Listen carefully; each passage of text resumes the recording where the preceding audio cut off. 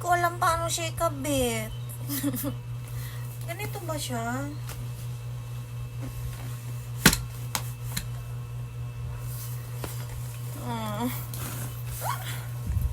Ang ganda niya, no? Hindi naman siya totally red. Parang pink. Red pink. Ayan. So, parang turn on na siya sa lahat ng headphones ko. Ayan. So, I love pink. I love red pink. Diba? Hindi naman halata eh. Curtains namin pink. Makeup kit ko pink. Damit ko pink.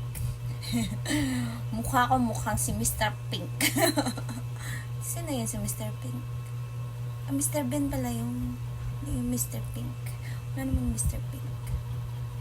Ah, wala ba? Mr. Ben pala yun. Okay lang yun.